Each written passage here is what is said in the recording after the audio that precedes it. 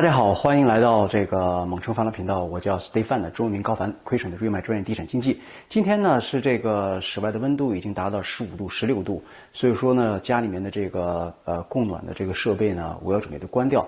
这个暖炉呢，我们给大家演示一下如何去关闭它这个中央的这个供暖，还有中央的这个空调。如果天气再热一点的话，我们再把这个中央空调打开。好的，第一步呢，我们先随着镜头看到。这就是中央的暖炉，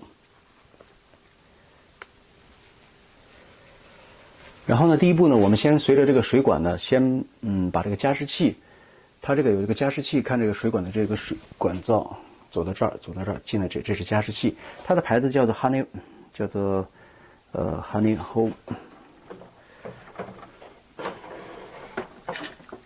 我们先关闭这个地方，先给它关闭了，然后之后呢，再把这个给它变成 off， 然后呢，这里还有一个，就给它变成 close。好，这是一个加湿器它给关掉了。那我们现在就是要把这个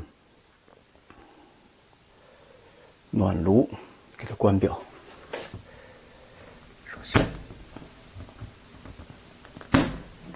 这个已经关掉，有点这个灰尘，所以看不太清楚。好，然后呢，我们再把这个暖炉它的这个总闸给它关掉，它的总闸在这里。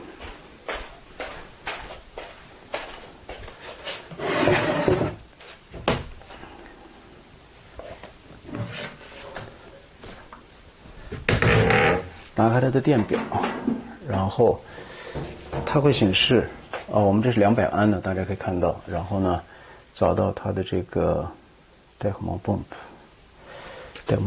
这里30，我们就可以把它关闭，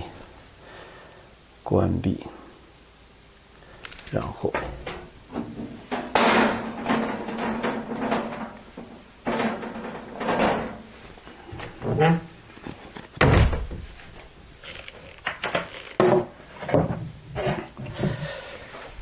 进入到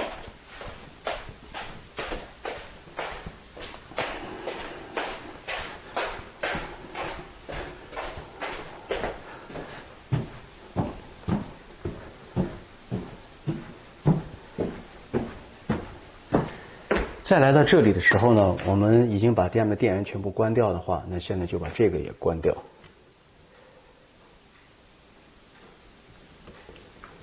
关到 off。